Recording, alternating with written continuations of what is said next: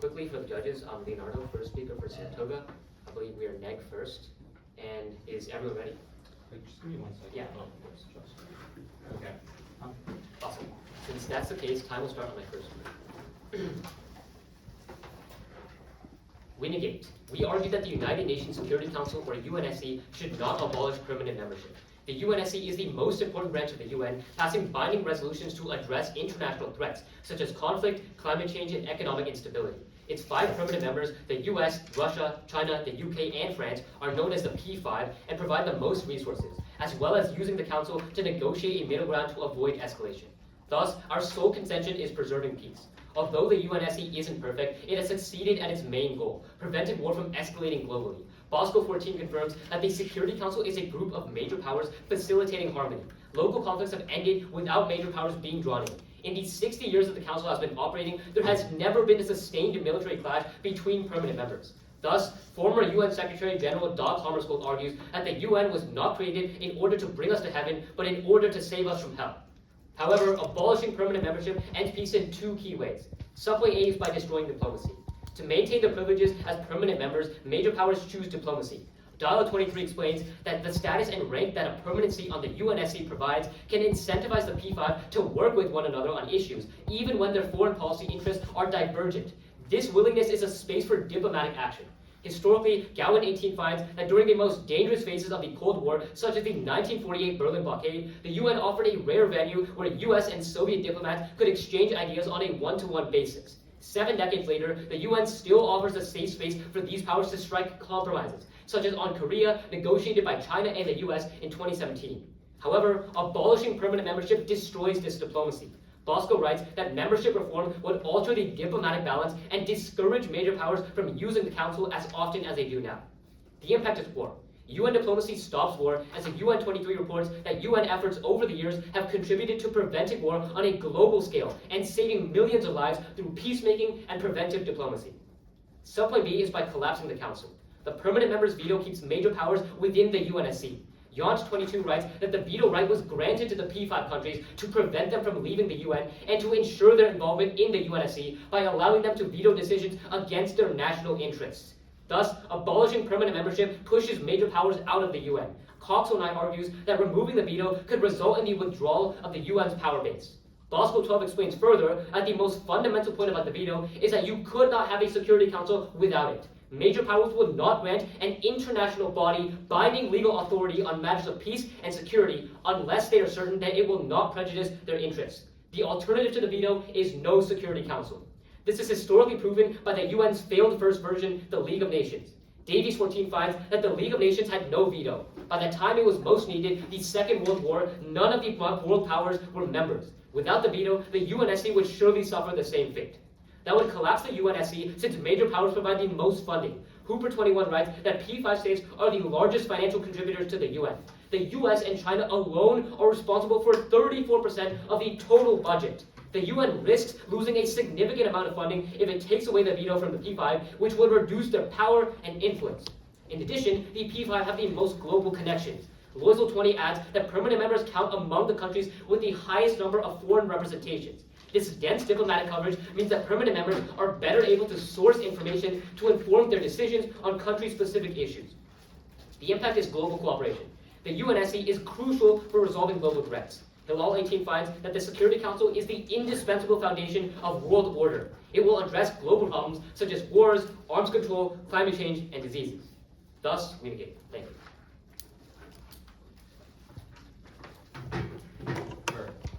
I'll send our case as well. Same deal as with mine. It will be the rhetoric on the top and then the evidence that is on the bottom. Awesome. It should be signed. When everybody's argued, just let me know. By the way, this is Vishwa from Langley on the app.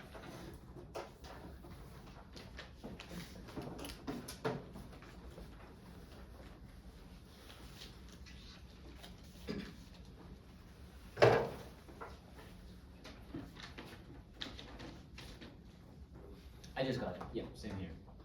We're all good to go. Awesome. Sounds good.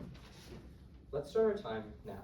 In a world of evolving geopolitical realities, the UN Security Council serves as an outdated and ineffective forum, apparent in its inability to address the world's most pressing issues today. The veto and abuse privilege granted to 5 irresponsible permanent members has been weaponized as a way to advance one's geopolitical agenda rather than safeguarding the interests of the world. Indeed, Patrick of Carnegie Endowment in 2023 explains the Council is stuck in deadlock as the veto allows any permanent member to block resolutions that hurt their own agenda, forcing inaction where action is possible. And while the P5 spend their time advancing their individual agendas out of self-interest, the rest of the world watches helplessly as conflict and tension rages on. As such, the Council on Foreign Relations in 2024 finds the Security Council could have intervened in the COVID pandemic, Russia's invasion of Ukraine, and the war between Israel and Hamas, but was unable to due to the vetoes by permanent members. Thus, to address the crises of today and tomorrow, Langley affirms, abolishing permanent membership would create change and return attention to 2 major areas. Contention 1 is Africa. The UN's peacekeeping troops have the potential to mediate conflicts and facilitate development across the continent, but unfortunately, research fellow Brett Schaefer in 2023 notes that while the UN deployed over 70,000 troops at one point, presence has decreased in Africa due to Russian vetoes. This has destroyed relations with African governments. Specifically, Dr. Dennis Toll in 2023 explains African nations now view peacekeeping as centered around the P5's interests and Western dominated, which is why he furthers African states will continue rejecting peacekeepers until they feel like they have a say in operations. By voting pro, you give Africa a voice. Mrkva 23 explains that while 60% of the issues that the UNSC discusses regard Africa, no actor from the continent has adequate representation, which is why only removing the P5 will return equity and legitimacy to the Council. This transformation would have dramatic tangible effects. February 19 finds that if the UN had invested in peacekeeping operations with a strong mandate, conflict would have been reduced by 2/3. Absent change, the current trend of troop withdrawal will continue to cause mass instability. Ada Asmoa 23 finds that Somalia, Mali, and the DRC face significant security vacuums where peacekeeping troops have played a crucial role for over 60 years, preventing state collapse, especially since regional efforts have been inadequate and don't match the sheer might of the UN. Preventing the conflict that grips Africa today saves millions. As Nida Bala of Reuters quantifies, prolonged African conflicts have killed 5 million children in the past 2 decades, and the African Center for Strategic Studies furthers that they have displaced 40 million others.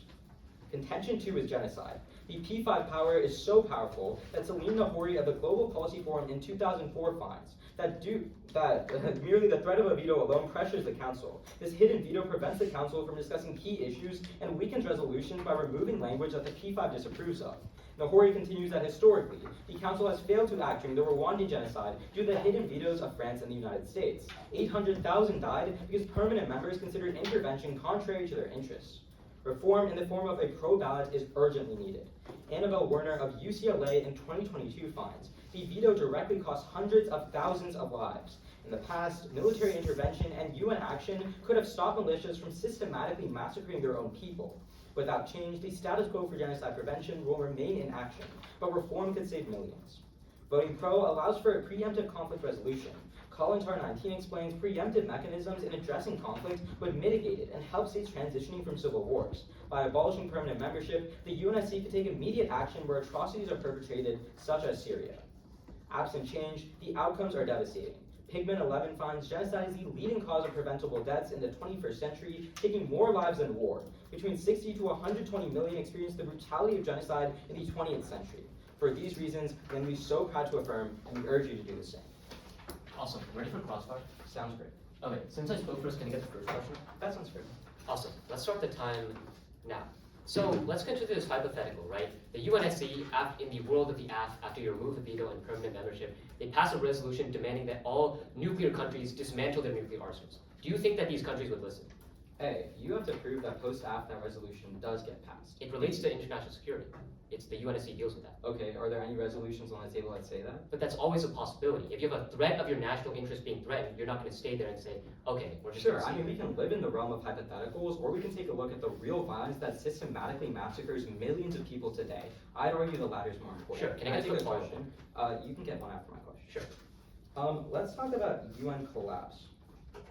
Why would countries on the UN, decide to just cede all the power of the UN to other countries and leave the organization entirely if they just didn't have a veto? Because they see that their national interests are being threatened. It goes back to the example, and if you don't like the hypothetical example of dismantling nuclear arsenals, we can take one which is more direct. For example, UN sanctions on Russia. That was a resolution that was passed, and Russia vetoed that. Do you really think, and also there have been proposals of peacekeeping within Ukraine, do you really think that Russia would allow the UN to deploy peacekeeping there and join sides against itself in the war in Ukraine? I was about to ask a follow-up, but I realized I said no to yours, so you can take one first. Sure. Yeah, I asked the question. Yeah. Oh, sorry. Say it again. Oh yeah, essentially, right? In the world of the act, right, there have been proposals for UN peacekeeping missions to go to Ukraine. Yeah. Do you think that Russia would support this resolution and help itself fight itself in the war in Ukraine? A, we'd argue that any resolution to the millions of the dozens of conflicts that affect the world right now are important. B, I would argue that if both teams agree that post-AF, the UNSC is still an important body, countries wouldn't just leave the council entirely. We'll cite evidence in our next speech that explains that rather they would want to increase their influence in a world without a veto. That's why they would do things like increasing the amount of financing they put in the organization so they can have more control. Because even post-AF, without a veto, the UNSC can still make actions like sanctioning countries, like implementing peacekeepers. The question is, wouldn't these countries want to increase their influence in order to have greater control? Yeah, that really doesn't answer my question though, right? It's, okay, sure, Russia values its influence, but what does it value more? How other countries view it, or its own direct interest that it's engaging in within Ukraine? I'd argue both are incredibly important insofar as if Russia can increase its financial leverage for the council, they perceive they have a better shot at actually making changes that affect them. Don't 109, like the vast majority of the council and the GA oppose Russia's war in Ukraine? Sure, that may be true, but that's specifically about the GA, first of all. Secondly, we would argue that Russia still perceives they have the ability to implement a change in the council post-AF, which is why without the veto, they would simply increase their funding rather than decrease it. We have around 15 seconds. If you want another question, you can take it. Yeah, sure. I'll take a quick follow-up question. So how exactly do you preempt conflicts in your second argument? By implementing organizations like peacekeepers and creating other crisis stability mechanisms. All right, that's crossfire. Awesome. Before rebuttal, we'll go ahead and take a little bit of prep time. We'll start out some of our 3 minutes of prep time now.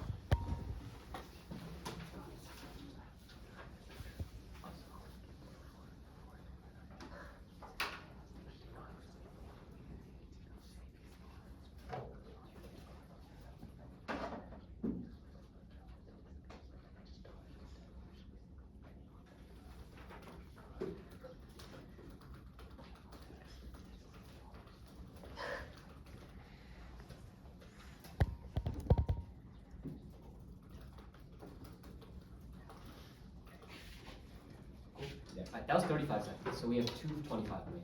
Yep. I'll go ahead and send a doc for rebuttal. Once again, it shouldn't be fast. It should just be for reference, in case anybody wants to. Sorry, This is fine. Yeah, you're good.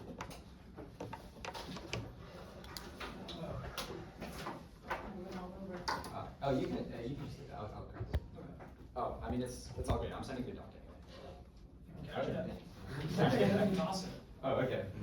There's one right there, don't step on it. Wow. I saw that was a good pass, that was a good toss. Yeah, it was a good toss. That was all So I brought my computer lunch back. Now you're bringing your AirPods? Oh, man. I'll get it. Good thing it's not the Super Bowl. That's true. Yeah, anyway, while that was happening, I sent out the doc. Everyone just let me know to confirm that you've received it. And once again, to clarify, I'm Sheesh. I'll be the second speaker for Saratoga. And the order of this speech will just be responding to my opponent's case. I'm good. Cool. Are all the judges good to go? Awesome. Since that's the case, time will begin on my first word. At the top of their case, they try to tell you that the Security Council is outdated. But the biggest problem is that the veto is a recognition of power, not a grave power in and of itself. Think about this logically. The reason why we gave the superpowers a veto in the first place was so that they would never ever be involved in a great power conflict again. That's the Davies evidence that we read in our case. Any risk of these superpowers having their national interest threatened and escalating to a great power conflict vastly outweighs any of the arguments that the affirmative makes. But more specifically, we'll argue that the affirmative actually decks the efficacy of future UN action in two key ways. The first is by making resolutions non-binding. Since the P5 have to agree to the AFS reforms per the UN Charter, reform would make Security Council resolutions non-binding in order to get them to sign on. Parker 06 writes that every nation would retain the right to refuse support. Unless this change is made, permanent members will not give up their veto, because it is seen as a device for ensuring they will not be bound by laws not of their own making. But the second way in which peace is threatened is by withdrawing military support. Cooper 21 explains that the UN does not have its own military, which means it must rely on P5 countries as powerful militaries. Non-permanent members cannot force members to use their own militaries. This has a couple key implications on today's debate, especially given that both of their arguments largely concern the use of peacekeepers. The first is that there is no incentive or capacity to send peacekeepers in the first place, because all of these countries don't even want to abide by resolutions now that these resolutions become non-binding. But secondly, there physically aren't the resources to send to create the state-building mechanisms and the peacekeeping operations that they talk about. Because remember, the military support and the diplomatic support, which we mentioned in our case, are largely tied to the interests of the P5. Voting for the affirmative simply keeps all the problems of the status quo. They don't solve the problems they claim to. On their first argument about the African Union, there is unequal representation even among elected members. For example, McCarthy 20 writes that Japan had the most terms on the Security Council, elected 11 times, and has been elected 6 times. The implication is that affirming still sees some members, like Japan, elected more than others. They don't create the equal representation they claim to. But secondly is that funding for peacekeeping goes away. Because remember, the bulk of funding for UN peacekeeping comes on the backs of the members of the P5 specifically. That's extremely important because they never explain how a few more African countries substitutes for all the resources of the P5. But thirdly, we'd say that the UN peacekeeping budget has actually grown, as 1422 writes that the 2022 budget grew by approximately $74 million compared to the 2021 budget of $6.37 billion. The only risk of changing this is when you vote for the affirmative and cause great powers to disengage because they no longer see the United Nations as being key to their national interests. But also, on our next response, our Mamphilia 11 evidence explains that historically, when India used peacekeeping operations as a bargaining chip in order to gain influence as a member of the Security Council, they actually withdrew from operations, specifically the Congo example that they mentioned in their own case. Voting for the affirmative, if anything, makes the problem worse. On their second argument about specific conflicts, they are simply cherry-picking examples, as Swarthmore 17 finds that on 90% of conflicts, the Council has no trouble agreeing. That means that the affirmative is willing to trade 90% of conflicts and solvency for these conflicts too, in exchange for simply 10%. That's a reason to negate right there. But if anything, turn the argument against them, because P5 agreement is a global stamp of approval. Wilkinson 04 writes that a Security Council mandate is the most credible measure of world opinion in international law. Without the Council's blessing, one group's knight in shining armor can be another group's Wild West bandit. When the United States has proceeded on its own, there has been a cost. The implication is that the alternative to Security Council resolutions in the world of the affirmative is unilateral interventions historically seen through things like Mrkva in Iraq, which have been on net deadlier and led to more genocide like they talk about. But also, our Deskmouth 20 evidence explains how even in the world of the affirmative, the great powers will have control of blocks of countries which still allow them to enforce their interests. Meaning, once again, they don't solve the problem of genocide like they claim to. The interests of the P5 will always remain, which is why we're proud to be. Did you read everything in the doc? No, I'll send a marked doc. Yeah, I got marked cards, you can just mark. Yeah.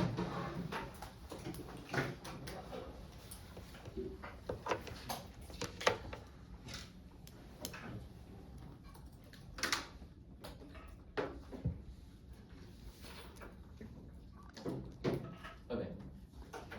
That should be it. And yeah, just sent.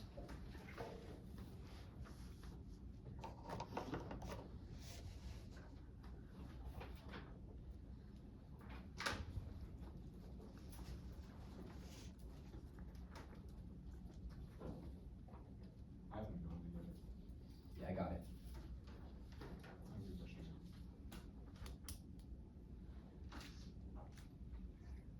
Did you get it? Yeah, I think I saw it. Cool.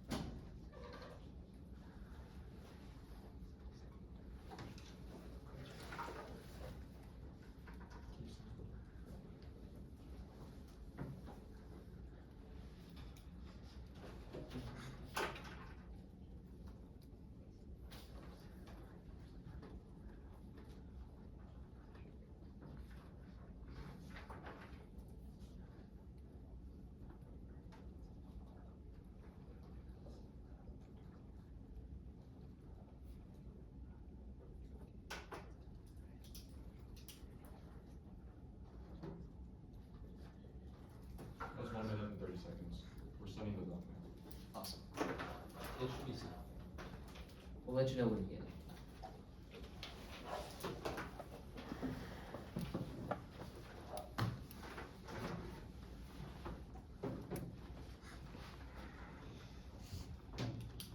And I suppose while you all wait for that, it's going to start my arguments and then my opponent's arguments. I just got it. Yep, same here. Sounds good. Are all of my judges ready? Great. Saratoga? Yep. Sounds good. The first thing my opponents say in their last speech is that the veto isn't a great power. I posit you two questions.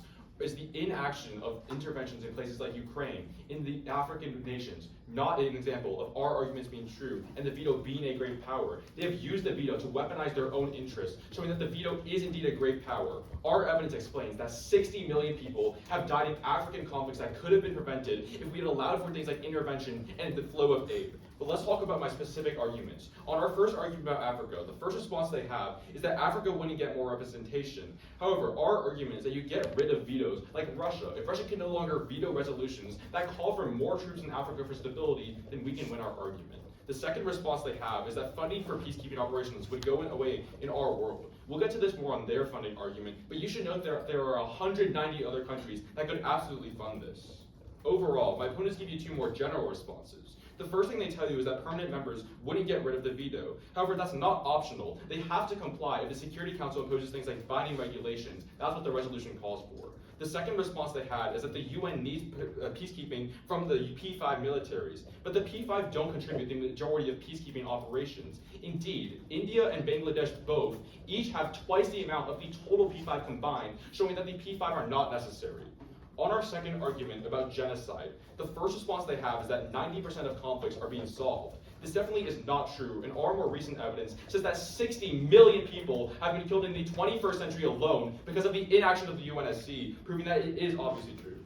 Additionally, that doesn't necessarily change in our world. We'll explain why cooperation and this 90% of the agreements will happen regardless.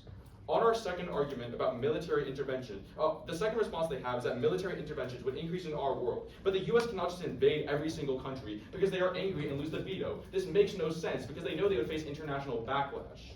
On their last response, what they tell you is that the interests will remain of the P5 regardless, but will argue that there are other reasons for them to stay and cooperate regardless of these interests. But let's talk about my opponent's case and the issues here. On their first argument about diplomacy, let's start at the top. The main thing that they tell you in their case, their thesis, is that the UN was created to save us from hell and not bring us to heaven. Ask for who? Who are we saving from hell? Clearly not the African nations, who see millions of deaths every year. They might be working to ensure that their own interests are solved so that they don't go to direct war. But if conflict in other regions is actively killing millions, you affirm right there. But specifically, on their first argument about diplomacy, the first thing you should note is that avoiding a global war is stable absent the UN. Think about countries' own interests, as Author Rose in 2022 explains that the threat of things like nukes and economic linkages will exist and always deter a major war. Great powers are unlikely to go to war because of the fear of them destroying themselves. Think about how much more powerful militaries are now than between 1945. There's obviously other reasons why a massive great power war will not happen. But specifically, while great power war hasn't happened yet, we can look to places like Ukraine, Israel, and Africa, where conflicts are rapidly spiraling. That's proof that change needs to happen now. These are places where the veto could have been not used, and we would actually be able to go into these places, pass things like aid, and pass ceasefires.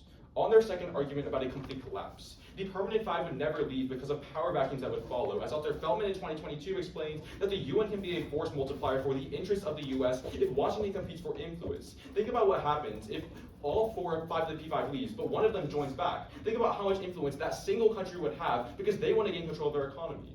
But overall, countries would just push for more financial leverage. They wouldn't leave or decrease it. As Author Schaefer in 2021 explains that financial leverage could just help secure their reforms and help get their interests regardless, which solves back. That's crucial because funding is actually decreasing now. As Author HRW in 2024 explains that the UN will be broke by August because the US owes $1 billion. But if you get rid of their permanent seat and force them to find other ways to find cooperation, then it'll lead to more funding, solving back. Thus, we negate. Could you send a Mrkva doc? Yeah. Thank you.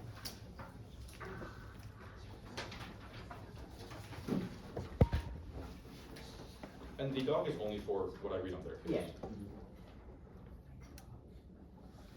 The doc is done. I just put the record. The cards are all set. Once we get it, we'll run a bit of prep time before class 5. Sounds good.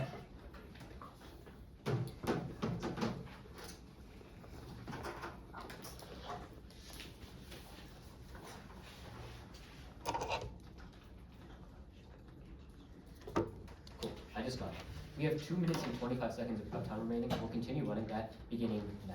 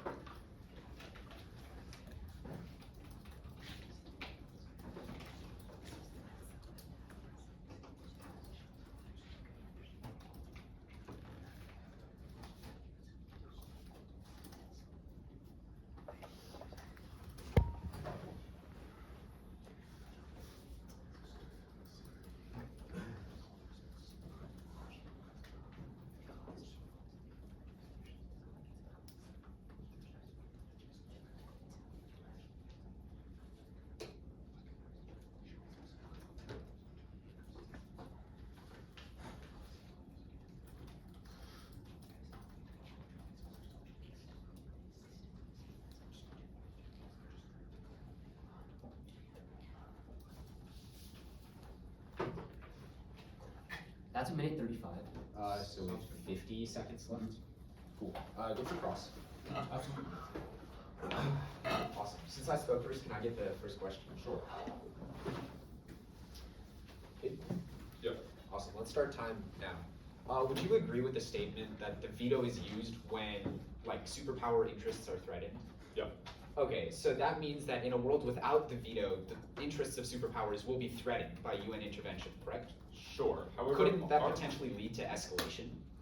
if the threat because they're unhappy with not. No. This is more than unhappiness. We're talking about existential threats, right? If we talk, you mentioned Ukraine in your case, Sure. right? The reason why Putin is fighting in Ukraine is not because he feels like it. It's because he feels that is the only way for his regime to survive, right? And so Okay. if all of a sudden the UN goes in there and tries to stop the conflict and literally threatens what Putin perceives to be the existence of his regime, don't Okay. you think he'll So, lash out? And so let's think about this more specifically, right? Yeah. The first part of that argument, in order to be true, is for the Security Council, absent veto power, to have an incentive to do these things, to have an incentive to pressure these big countries. But I would ask you this, wouldn't you agree that smaller countries that depend on the US and China, which are much bigger economies for things like aid, for things like support, so that they can push their geopolitical interests, wouldn't want to anger these big countries? I.e., a country like Syria that depends on Russia would never push a resolution in the Security Council saying let's punish Russia and sanction them. That's just not something that would happen. So essentially, the superpowers will never be threatened in a post-AF Security Council, correct? Their national interests will never be harmed. Here's like the extent you have to evaluate it. Wait, it's What a you simple told yes or us, no what question. you told us in our case is that there would be a massive great power war directly between Russia and China, which kills millions of people. No, that's not We our said- argument. That is what you said. No, please. not between Russia and China specifically. The argument we've articulated throughout the round is that the fact that we have been able to have 80 years of relative peace after one of the world's largest and deadliest Okay, wars and I has only asked you- come because of diplomacy I and asked because you, of the fact that we have peace recognized where? power.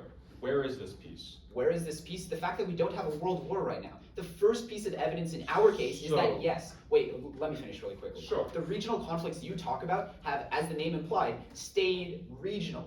Our argument is that what prevents these regional conflicts from escalating to an all-out world war, like they did back in 1939, is the presence of a Security Council that allows for communication, So, clear dialogue, your and argument- recognition of the superpowers' interests. Your argument is that the world is great because 5 countries No. haven't gone to war specifically. No. The first sentence Leo reads is that although not perfect, the UN Security Council does its job Right. better than any alternative ever could. I That's think- the argument we'll be Sure, making. I understand back what you're half. saying. The problem is, I don't think regional conflicts that have killed 60 million people, for our Pigmont evidence, for example, which is just genocide, is something that we can say, oh, regional conflicts don't matter. Okay. I think obviously that's proof that even if it's just regional, it's killing millions of people, and we need to take action. Follow-up question. How many Sure. people died in World War II, the last great power war we had? I'm sure you can quantify that. 75 million people. Can you Don't tell me how many agree people that- died in African genocides? You're going to tell me 60 million, and I'm going to tell you right now, in order to save more lives and avoid the world of the counterfactual, yes, it's a nasty decision, but it's a necessary decision. Sure, we'll contest that. Yep.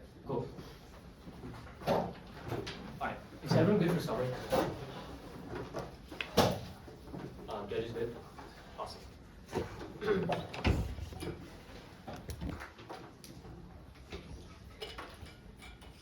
As a brief off-time roadmap for everyone, the order will start with a two-world comparison, some weighing, our arguments, and then responding to my opponent's arguments. Cool? Alright. Since everyone's ready, I will start on my first word.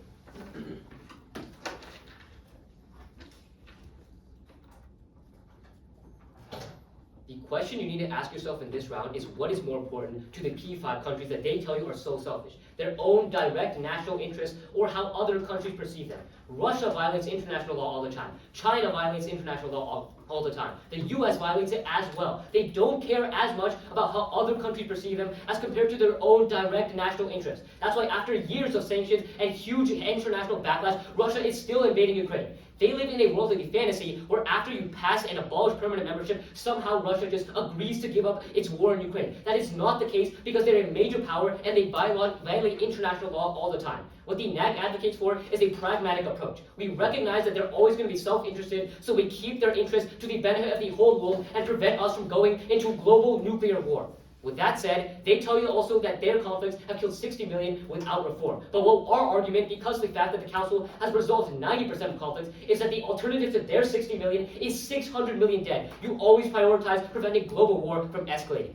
Let's go on to our argument. On the first argument, on diplomacy, they have overarching responses saying that great power war will never happen and there's already conflicts. There's two key things to remember. Number one is we saw how close we were to the brink during the Cold War, but it was the UNSC coming in during crises, such as the Cuban Missile Crisis, that prevents us from going to the actual start of global nuclear war. Second of all, realize that all the conflicts are going to be magnified when you have the global nuclear war. They say nuclear deterrence is going to stop this, but miscommunication is what leads to it. It's not that countries intentionally start war, it's that they accidentally do. The only way of stopping this is diplomacy through the UNSC, proven historically.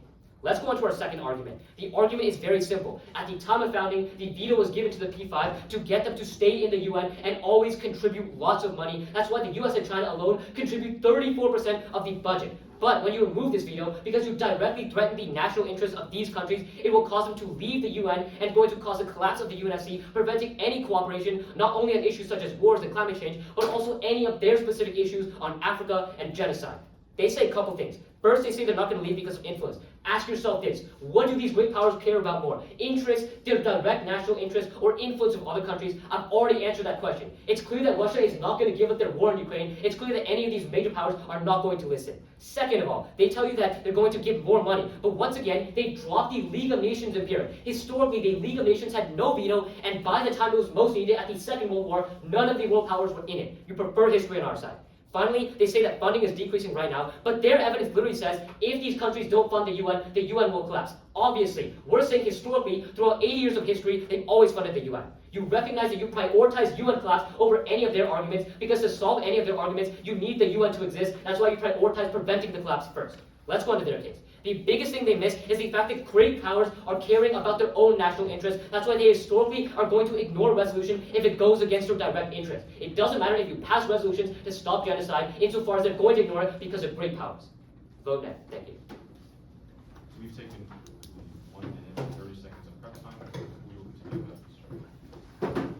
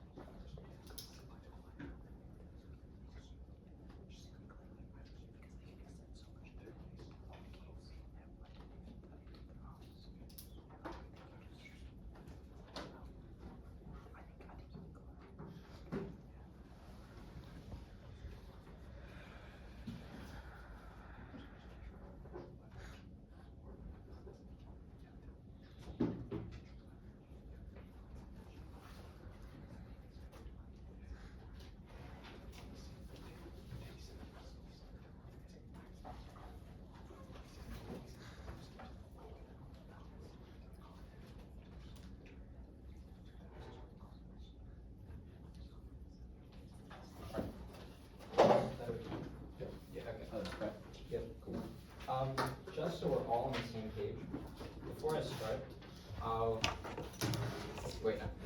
so we're all on the same page, I'll begin on the aft case, then I'll take a look at the comparison between the two, then the neg case. Is everyone good? The central question you should ask yourself is, where has the UNSC been for the past few decades? As we've seen conflicts proliferate in Libya, Syria, Mali, the DRC, etc., where has the UNSC been? They have given you two framing questions at the top of their speech. First, they argue that the UNSC's countries are about their national interests. We've explained why it is not in their national interest to completely leave the UNSC. I'll flesh out that analysis more later. But secondly, they say themselves their argument is about a global nuclear war, but they have conceded that it's better to look at the real factual wars that are happening right now rather than living in the hypothetical war of global nuclear war, which you've also explained is improbable for a variety of reasons. With that, let's look to the aft case. Our argument is very simple. In today's rapidly changing world, the UNSC's outdated political structure allows for permanent members to abuse the veto for their own self-interest. This has two main harms. First, it means that peacekeeping organizations decline in Africa because countries like Russia veto them. Peacekeeping organizations, when implemented, have historically been able to, or would be able to, decrease the conflict by 2/3, saving millions of lives, as 5 million have been killed in Africa and 40 million displaced.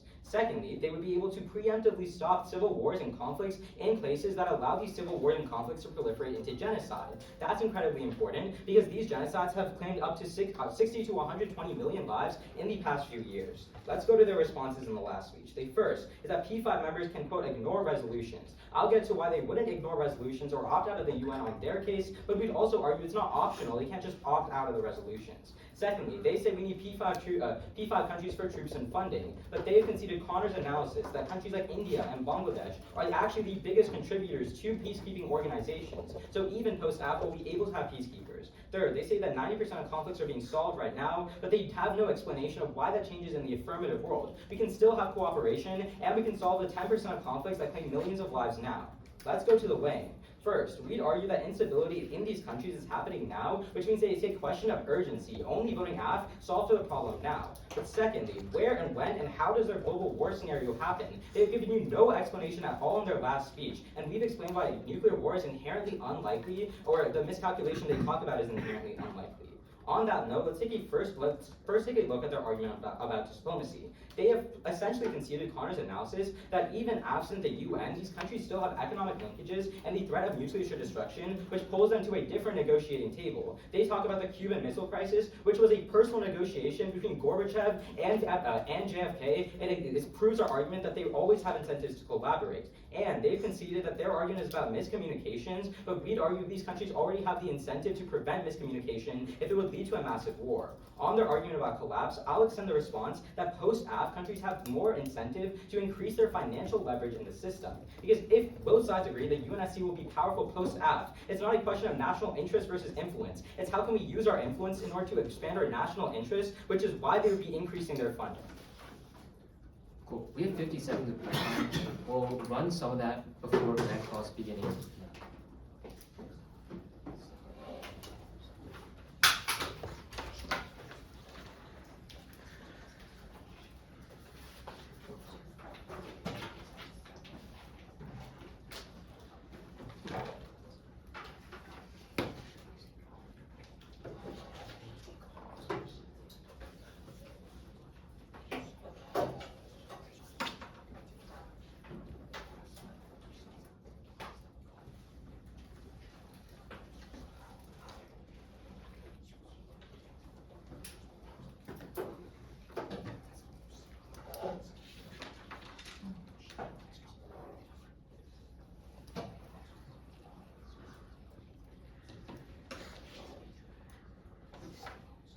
Okay, that's Cool. cross.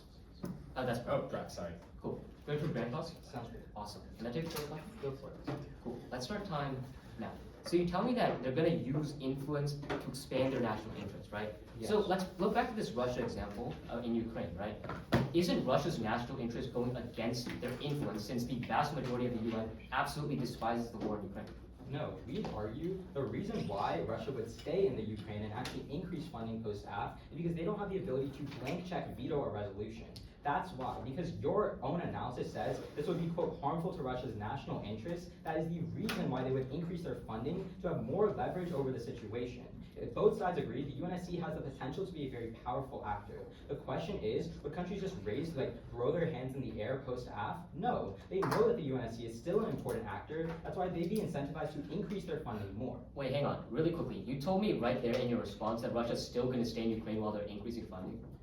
No, they're going to stay in the UN and increase their funding. Yeah. Okay, so what's going to happen with Ukraine? Are they just going Okay, to so stop? here's the thesis of the argument and No, what the like- evidence like, concludes. just yes or right? no So if question. they increase their funding, it's the same way that they can, for example, use a veto. However, it happens, on maybe a smaller scale. They increase their funding so that countries can see them as having more influence. If they gain influence, it means it's less likely that a Security Council resolution will pass demanding them to just give up Ukraine. And our argument isn't necessarily that financial leverage prevents these resolutions from passing. It's that when we vote affirmative, these countries think that they need to use this financial incentive in order to get their national interests on the negotiating table or off the negotiating table in the issue of Ukraine. That's why they would still use their financial leverage, even if it doesn't always work. They know it's a better solution than just doing nothing. Really quickly, I want to clarify something here.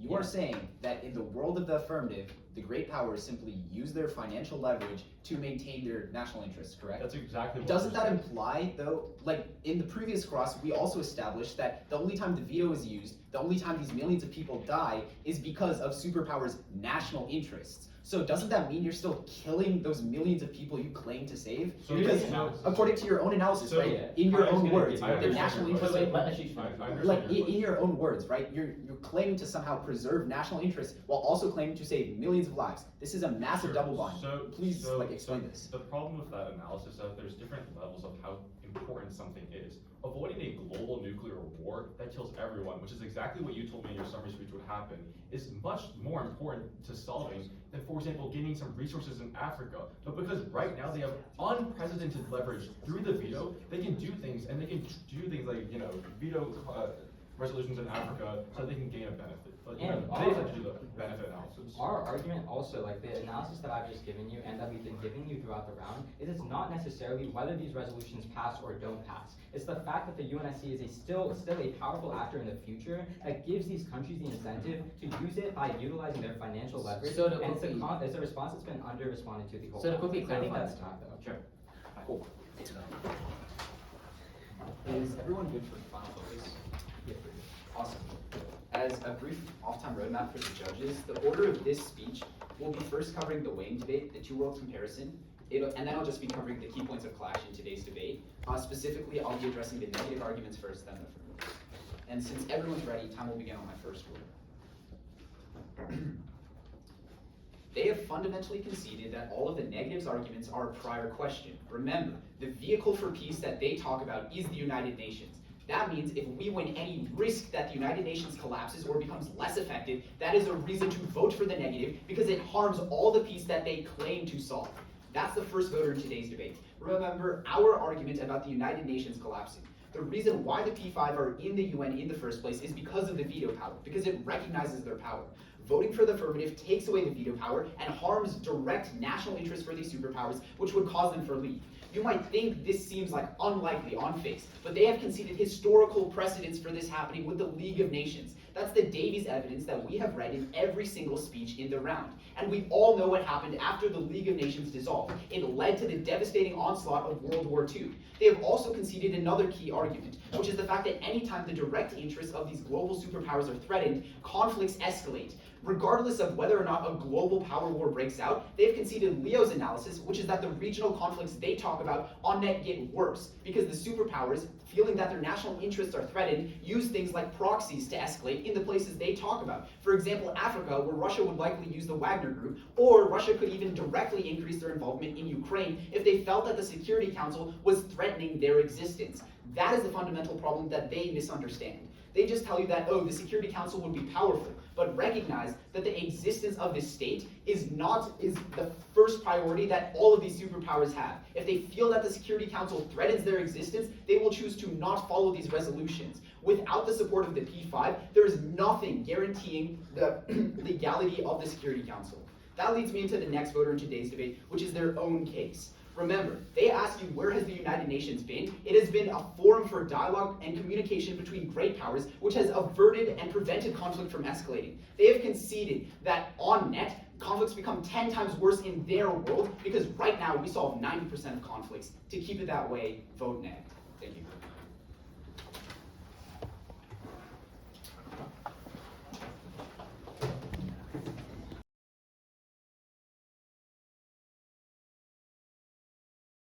Okay, so I'm going to start by discussing my arguments one last time, and theirs. In today's round, the negative team has said that conflict is okay because there's a slight chance it could get worse. I stand up today and say no. The fact that millions of people in Africa are being hurt right now because of inaction on the United Nations Security Council is proof that we need to solve the conflicts now. Let's talk about our arguments where you should be voting in today's round. Our arguments concerning Africa and genocide have been very simple and consistent. The P5 members use the veto to get around things like enforcing things like peace operations, and by solving genocide by doing things like helping them through aid. They veto it through their security interests. Unfortunately, these conflicts have killed millions of people, and we need to solve them. At the end of this round, my opponents have given you a couple of responses. The main response they give you is that conflict would get worse in our world in smaller places if the P5 are mad. Ask yourself why. This argument is just too underwarranted for you to believe. Why would the P5 nations suddenly start tons of wars because they lost their veto power? It's much more important to let the rest of the nations have a greater say and be able to do peace operations on their own, which our evidence concludes could have saved millions of lives. The second response they have has been consistent this round, saying that 90% of conflicts are solved. That can exist regardless. We've given you reasons why cooperation is inherently something that the P5 nations will always want, so the 90% statistic doesn't have to change in our world. But let's talk about my opponent's case where you shouldn't be voting today's round. On their first argument about a complete collapse and a global nuclear war, which is what we all heard them say in summary speech, what they have not responded to the fact is that in the 21st century, economic linkages and the pure scale of destruction that could happen due to bigger militaries is something that will always enforce cooperation. Yes, the League of Nations 100 years ago might have collapsed, but insofar as we have isolated that the threats from things like economic linkages is far outweighed today, it means it won't happen. But on their argument about things like funding, remember that countries would just increase their funding in our world to gain leverage and expand their influence. Obviously, the P5 countries like Russia will not just give up all of their chances of leverage because they need to have a say in major conflicts. Thus, you vote aye. Good round.